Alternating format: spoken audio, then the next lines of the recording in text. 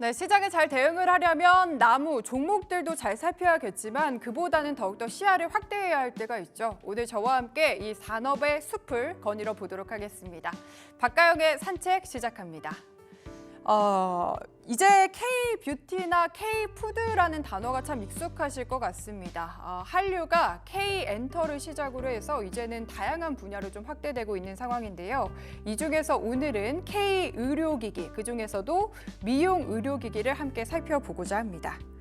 먼저 한류에 시작하면 역시나 K-엔터테인먼트를 뽑을 수밖에 없겠죠. 2023년에 음반 판매액이 글로벌적으로 사상 최고치를 달성했다라는 소식이 있었고요. 또 월드 투어 같은 부수적인 수입까지 함께 늘어나면서 주가가 이렇게 수출액과 연동해서 올라가는 모습을 보여줬습니다. 하지만 2022년 중순부터에서는 수출액이 좀 감소하고 있다라는 이야기가 들렸고요. 그 감소 추이와 함께 지금 K-엔터 주요 업체들의 주가 추이도 함께 조금 빠지는 모습 눈으로 확인하실 수 있습니다. 이렇게 K-엔터뿐만이 아니라 K-푸드, K-의료, K 등등에서 모두 이렇게 K자가 붙는 업체들은 수출액 추이와 함께 주가도 좀 연동해서 후행해서 움직이는 모습들을 보여주고 있는데요.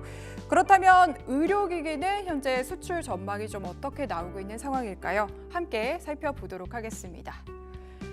네, 심상치 않은 K-의료기기 수출액 추이. 다음에 이제 가장 많은 호재를 받을 수 있는 건 바로 이 의료기기가 아닐까라는 기대감의 리포트였는데요. 수출액 추이를 보시면은 치과용 진단 장비는 조금 플랫하게 움직이고 있지만 미용 의료기기 그리고 치과용 임플란트는 굉장히 큰 폭으로 꾸준히 우상향하는 모습 확인하실 수 있습니다. 이 중에서 특히 미용 의료기기 관련해서 오늘은 함께 살펴보도록 하겠습니다. 미용 의료 기기들이 이렇게 주목받는 이유 역시나 해외 매출이 성장을 꾸준히 할 것이다라는 이야기가 나오고 있기 때문입니다. 수출은 자신 있다라는 제목의 리포트였는데요. 지금 주요 업체들의 해외 매출 비중을 보시면 비율 같은 경우에는 80%를 넘어서 거의 100% 가까이 육박하는 모습 나오고 있고요. 제이시스 메디칼이라든지 클래시스 역시 굉장히 높은 수준의 해외 매출 비중을 보여주고 있죠. 평균적으로 50% 이상을 차지하고 있다고 합니다. 이런 미용 의료기기들은요, 다른 제약 바이오 분야에 비해서 수출 규제가 비교적 양호한 모습이고요.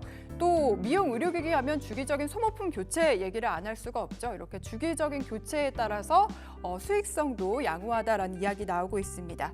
그리고 규제가 비교적 심했던 중국에 이어서 이제 역시나 미용에 관심이 많은 태국이라든지 브라질까지 이렇게 국가 영역을 확장하고 있다는 점 역시 강점으로 뽑혔습니다. 네, 그렇다면 이런 미용 의료기기 시장에서 최근에 좀 이슈가 되고 트렌드한 것들은 어떤 것들이 있을지 같이 좀 확인해 보도록 하겠습니다. 최근에 미용 의료기기 시장은 침습보다는 비침습, 최소 침습 기기들을 굉장히 선호하고 있다고 합니다. 2022년 전체 미용 의료 시술 중에서 비침습 같은 시술이 전체의 55.7%를 차지를 했다라는 점 확인이 되고 있고요.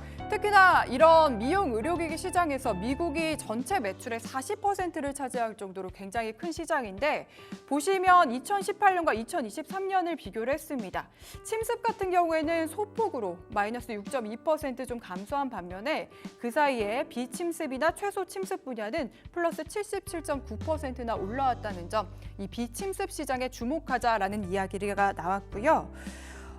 다음 또 하나의 트렌드는 이런 비침습 분야 중에서도 하이프 그리고 RF, 고주파 같은 분야들이 특히나 주목받고 있다는 점이 나왔습니다. 바로 에너지 기반의 미용 의료기기가 급부상하고 있다라는 얘기인데요.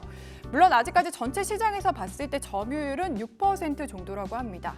이유는 이런 하이프나 RF 장비가 초기에 이제 병원에서 도입을 할 때 장비 자체가 굉장히 비싸다고 합니다. 여기에 대한 접근성이 좀 떨어지는 부분이 있고요. 이에 따라 소비자들이 이 시술을 받을 때도 역시나 비용이 좀 비싸죠. 그리고 보톡스나 필러 같은 것들은 다들 너무나 잘 아는데 그에 비해서는 아직까지는 조금 인지도가 떨어진다라는 이야기가 나오고 있습니다. 그래도 이제 팬데믹 당시를 보면 꾸준히 연평균 플러스 29% 성장하는 모습을 보여줬기 때문에 점유율은 아직까지 작지만 성장 가능성은 무궁무진하다라는 점을 포인트로 뒀습니다. 그렇다면 이런 내용을 토대로 유진투자증권에서는 관련 기업 유망주로 어떤 것들을 선택을 했는지 좀 같이 보시면 좋을 것 같은데요. 현재 이로다와 합병을 추진하고 있는 클래시스가 제시가 됐고요. 바테 그리고 다양한 제품군으로 지금 글로벌 진출을 노리고 있는 뷰웍스, 레이언스, 레이까지 제시가 됐으니까 투자하실 때 참고해 보시면 좋을 것 같습니다.